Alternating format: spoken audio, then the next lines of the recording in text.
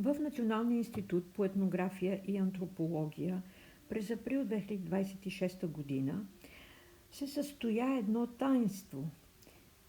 Вие ще присъствате в движение на това изкуство изненада, което за 2 часа превърна Петя, Бехрин и Вихра в творци. 3 нежни жени се превърнаха в митологични същества змейове, които създадоха планета. От тази страна доста добре. Добре. Това са 3 змея, Охо. които се забавляват около една планета и докато се забавляват я създават. Наистина, нещо така, виждам нещо, което прилича тук на змейче.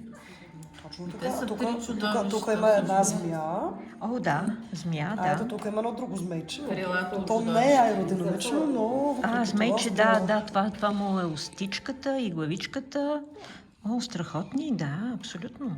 И как се казва, каква е? Сътворение. Алтернативно заглавие Змеева сватба, но това ще бъде по-нататък.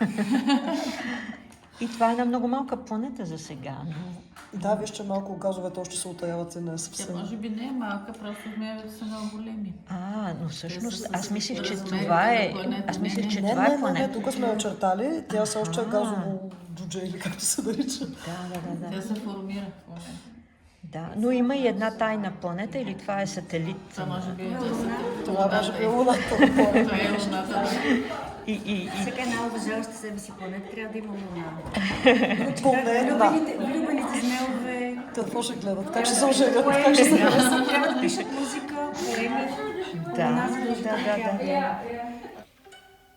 А вие присъствахте на изкуство изненада, където 3 змея, змеици, орисници създадоха планета.